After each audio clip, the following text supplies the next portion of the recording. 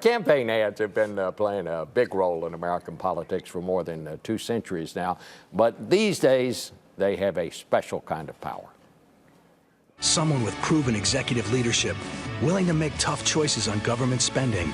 After he left Congress, Freddie Mac paid Gingrich at least $1.6 million. $1.6 million. I have never supported the President's Recovery Act, all right, the stimulus. No time, nowhere, no how. I think there is need for economic stimulus. All right, now joining us to analyze which ads have been working this campaign so far and which have not been is GOP pollster Frank Luntz, President and CEO of Luntz Global. Good morning to you, Frank.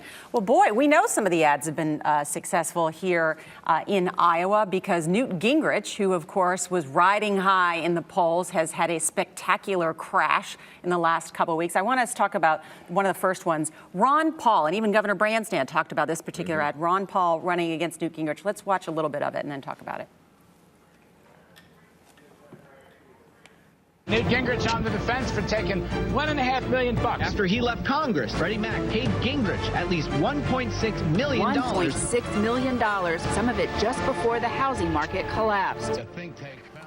That's the voice of our own Jan Crawford in there. What do those dials mean? Why was that ad successful? We test all these ads on a second-by-second basis. They use a remote control, and they turn it up or down based on whether they are influenced or not. That was one of the most powerful because it shows Gingrich at its worst. It makes him a Washington insider, which is exactly what Republicans don't want. And I don't necessarily agree with Joe Klein about the wealth of the candidate hurting Mitt Romney. What these voters are looking for is consistency and predictability, which is why Gingrich got hurt in that ad, and Mitt Romney was also attacked by the Obama campaign, and he got hurt for consistency. You talk about Mitt Romney being attacked for consistency. The DNC, the Democratic National Committee, they didn't even have to spend any money. They just put this thing up online, and then all of the free media, which is that people like us pick up that ad and show it like we're about to right now, and it starts to get into the conversation. Let's watch part of that. I have never supported the President's Recovery Act, all right, the stimulus.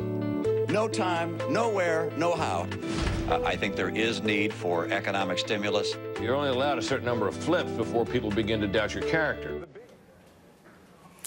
And that was a devastating ad because they said, of course, it was 2 men trapped in one body, right? And it made people laugh, which is one of the keys of negative advertising, is that it can't make you angry at the people who ran it. You want to make it angry at the candidate.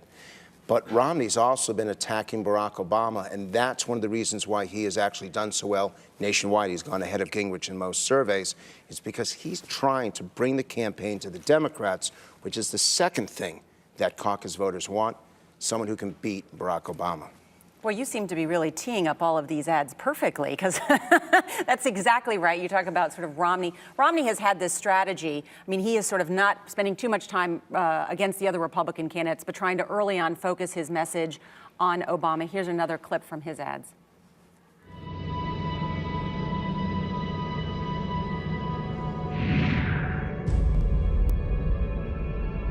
I'm an American. I'm an American. I'm an American. I'm an American. I'm an American. I'm an American. Not a bump in the road.